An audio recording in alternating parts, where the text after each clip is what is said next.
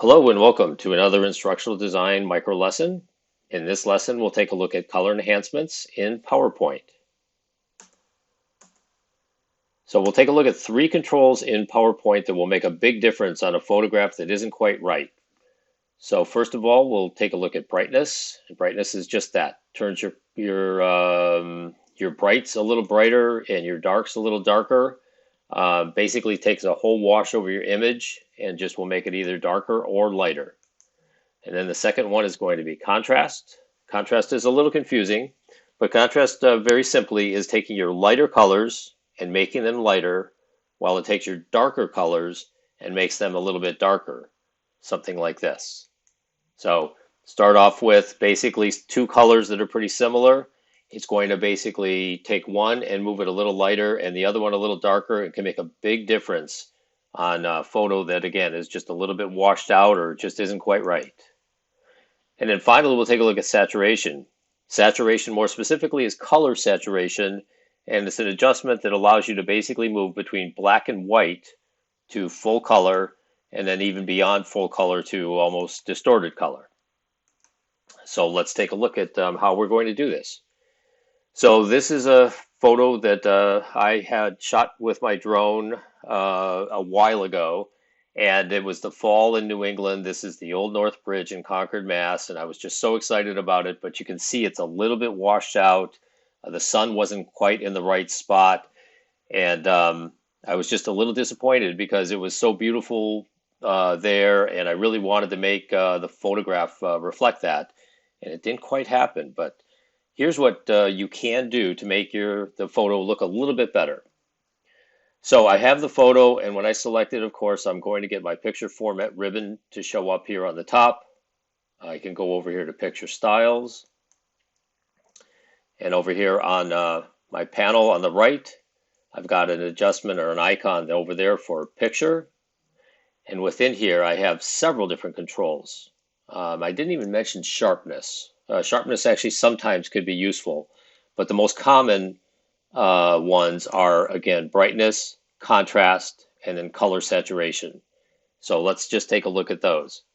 So you have an option of either taking a control and using your little switch here in the middle to go back and forth between different brightnesses, or just putting in a number. I prefer the numbers and just playing around with numbers. It tends to be a little bit easier for me. But whichever way that you want to do it certainly is up to you. So the brightness in this picture is not that bad. It's just that we have, again, this washout thing. So I'll just add a little bit of a 10% brightness. I can also go on the negative scale as well if I wanted to change that. And then for contrast, and this is the one that actually does make a difference in your, again, bright colors and dark colors. I'll just change that to like a 20. But I can play around with these all I want. So let's say I want to try to change that to a 50. What does that look like? Well, that's kind of drastic, okay? And maybe that's the effect that you want. And if you really want to have something dramatic, or you want something to not even look completely real, you can play around with these any way that you want. I'm going to stick to about 20. Again, to a certain extent, it's personal preference. Now, saturation, and this is a big one. I had so many vivid colors that morning that I was in Concord, and it just didn't really reflect it here. So I wanted to get a little bit more color in my photo. So I could change this, by the way, to 0. And of course, there's my black and white shot. Sometimes it's nice to have a black and white shot. So, you can play around with that certainly just by itself and come up with some interesting effects. But in this case, maybe I'll start off with 125 and see how that looks. And right away, I've got a little bit better contrast there. That looks a little bit better than what I had. So I'm going to maybe stick with that. I don't know. Just for kicks, let's try 150. Oh, well, that's not bad either. Again, you can play around with this all that you want to see the differences. But again, just playing with those three controls, brightness, contrast, and color saturation, will make a big difference on your image. You can see over here the comparison of the before and the after. Definitely looks a little bit better with the enhancements.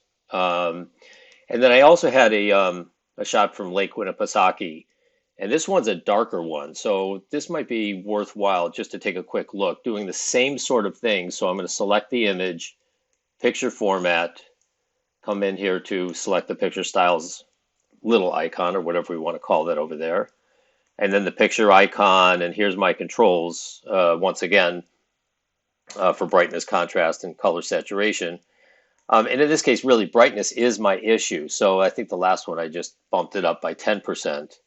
So let's bump it up by like 40% for this one. And you can see right away that I've got a little bit better, contrast, or not contrast, but I've got better brightness now, especially in that really dark area on the lower left. And then for contrast here, not a big deal to play around with contrast a whole lot, but maybe a 20% there would help. Color saturation, I feel like the colors are okay there, but maybe I'll beef it up just a little bit. And now I've got maybe a better image there as well.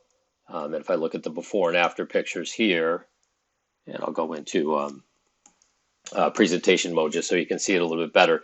The image on the left was the original, very dark, but it was a beautiful morning. It was just a little bit too early for the photograph. And you can see with just a little bit of 3 enhancements, I come up with a much better image there on the right. Now, you can also do this with video.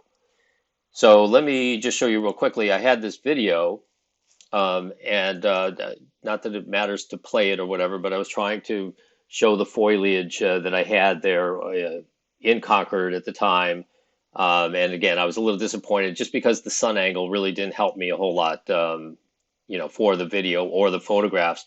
Well, with video, I can do everything except for the color saturation.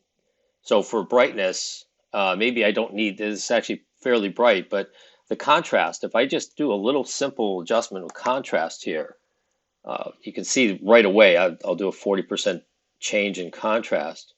And now that video that I have here, and this doesn't necessarily have to be done with outdoor video. You may have shot a video in your office and it just, the lighting wasn't quite right. And, geez, it's really too bad. We should have had a professional come in and shoot this video. Well, again, PowerPoint's going to give you some capability with your video as well. And if you want one other little hint and tip, I'm going to risk total embarrassment and show you a couple of old photos as well. I believe this is my 3rd grade picture. So old photos, family photos. You can see here on the left, it's an old photo. You can see a lot of just, this thing looks like it's been laying in a drawer for a long time. And then over here on the right, you just made it a little bit better. Here's a shot of my nephews at my wedding 100 years ago. Again, you can do a lot of things with older photos as well.